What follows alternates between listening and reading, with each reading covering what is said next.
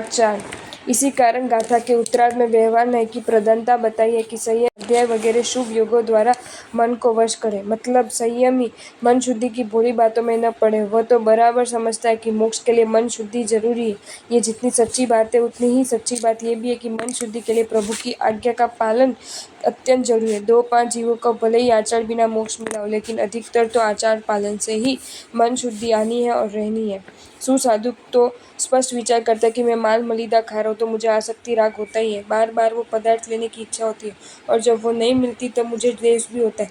मन पसंद वो पदार्थ दूषित हो तो भी वापरने की इच्छा होती है। इसी प्रकार मेरा भयंकर संसार खड़ा हो रहा है, बढ़ रहा है। सामान्य गोचरी रूप व्यवहार नहीं पालूं तो अनासक्ति रूप निश्चय नहीं टिक सकता। इसलिए मुझे अनासक्ति को साधने के लिए सामान्य गोचरी ही वापरनी चाहिए। सुसाधु बराबर समझता है कि अगर मैं निरंतर स्वाध्याय में नहीं रहूं तो मेरा मन दूसरे विचारों में लग जाएगा।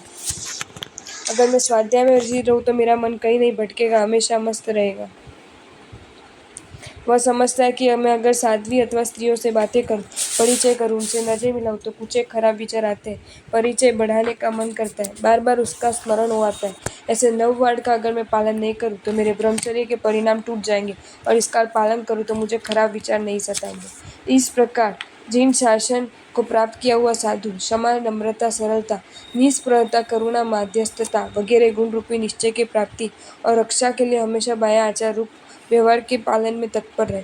निष्कारणे एक डग चाले तो पण अतिचारो पावे। जगव्यापी वीर करुणास्पर्शी कारण वीर नहीं जावे धन्य थे।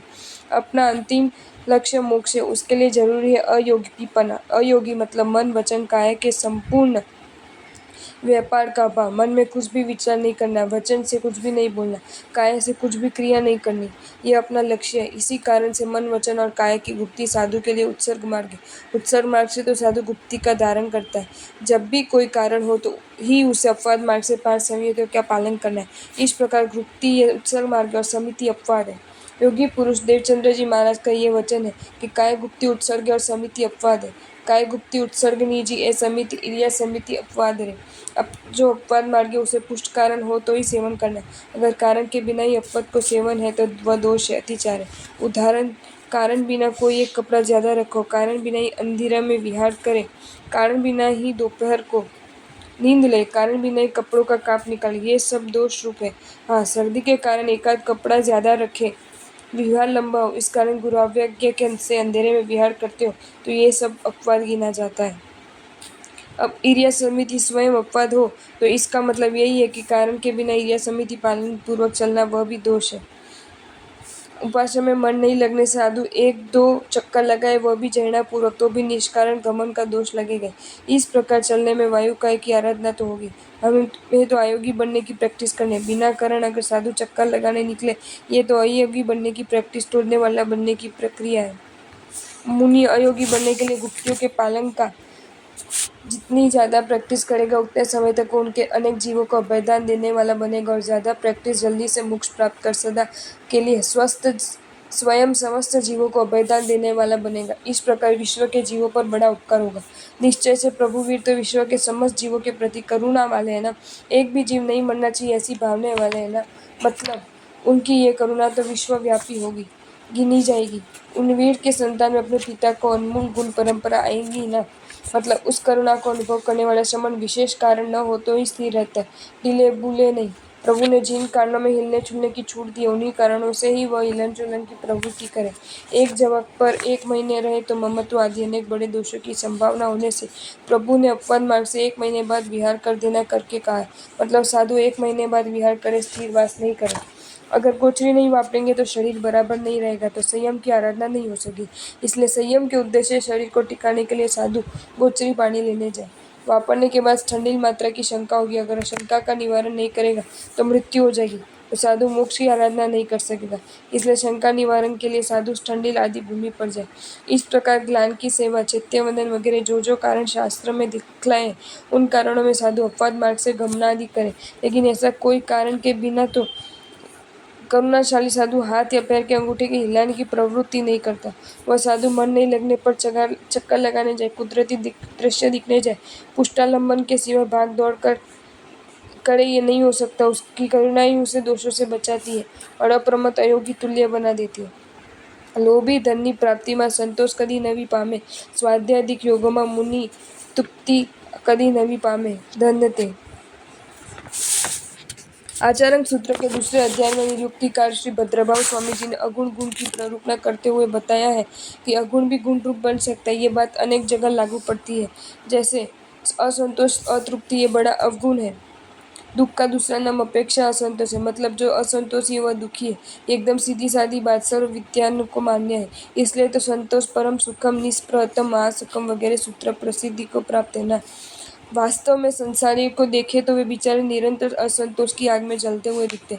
किसी भी संसारी को लगभग धन की प्राप्ति में संतोष नहीं होता। उसमें भी अगर लोभी हो तो अधिक से अधिक इकट्ठा करने की अंशा वाला हो। धन प्राप्ति होने पर भी शांति नहीं होती। आप ही विचार करें, आज संपूर्ण विश्व में करोड़ों फैक्ट्रियां चल रही है, उन सबके मालिक करोड़ों या लाखों मानव इतने पैसे वाले कि अगर वे व्यापार बंद करके रहे तो भी उनको तो कोई क्या उनके संतानों यानी 2-3 पीढ़ियों तक धन की कमी नहीं रहेगी। फिर भी वे अपने व्यापार ज़्यादा से ज़्यादा फैला रहे। 60 वर्ष की उम्र में भी नई नई फैक्ट्रियों का उद्घाटन करने वाले आज भी हजारों की संख्या में मिलेंगे। अब ये धन किस लिए कमाते? अगर उनको ये प्रश्न पूछना है तो उनके पास इसका जवाब नहीं होता। सिर्फ अधिक आश्चर्य के अहंकार के पोषण के सिवा इस अंधी दौड़ के पीछे दूसरा कोई कारण नहीं। इस दौड़ भाग में न तो वे कोई धन कर सकते और न ही न वे मन भावन भोग सुखों को भी शांति से उपभोग सकते हैं। उनके अति प्यारे स्वजन भी सुख से मिल नहीं पाते। निरंतर टेंशन, सतत परिग्रह की वृद्धि का चिंतन, ये परिग्रह संज्ञा नरक के द्वारों को खोलने वाली है। ये उनको कौन समझाए? इस प्रकार लोभी का ये असंतोष दोष दुर्गतिदायक होने से अत्यंत खराब है, लेकिन साधु के लिए यह अवगुण बहुत बड़ा गुण बन सकता है, अनंत संसार का नाशक बन सकता है। फर्क सिर्फ इतना कि साधु यह असंतोष विषय सुख अथवा भौतिक सुखों में नहीं बल्कि अंतर समृद्ध में रख सकता हो। साधु असंतोषी तप में ही हो, नवकारसी से धीरे धीरे एकासना शुरू करे, उतने में ही संतोष न रखे कि बस मैंने बहुत कमा लिया, वह तो उससे भी आगे बढ़े, मुझे एकासना नहीं आइम्बिल करना है। अनहारी पद की साधना के लिए उपवास से शरीर का अभ्यस्त करना है। साधु अतृप्त स्वाध्याय में हो, 1-2-3 हजार गाथा कंठस्थ हो जाए, कुछ एक शास्त्र पढ़ ले, बस हो गया, ऐसी प्रवृत्ति साधु की नहीं, बल्कि वह तो मुझे जिंदगी के अंतिम समय तक कुछ न कुछ कंठस्थ करना है, जिन वचन कंठस्थ करने हैं। मुझे 45 आगम पढ़ने हैं, वे पढ़ने पर फिर से पढ़ना है। मुझे ये सभी ग्रंथ दूसरों को भी पढ़ाने, इस अमृत को पूरे विश्व में बांटूं। साधु लंपट वयावच में होता है। गुरु के 1-2 वस्त्र पड़ी लेन में मिले या 1 या 2 बार मात्रा ठंडिल का प्याला पलटा या 1-2 बार संथारा बिछा, इतने में ही साधु संतोष न माने, वयावच का कार्य हो गया, ऐसे विचार न करे। वह तो ऐसी इच्छा करे कि इन तरन तारण गुरु के सभी वस्त्रों को मैं प्रतिलेखन करूँ, हमेशा के लिए उनके मात्रादि के प्याले पलटूं, सदा के लिए उनके वस्त्रों का काप निकालने का काम मुझे ही मिले। गुरु जब थके हो तब पांव दबाने आदि सेवा कार्य मुझे ही मिले, उनके चरणों का प्रक्षालन करने का अवसर मुझे मिले, तो कितना सुंदर।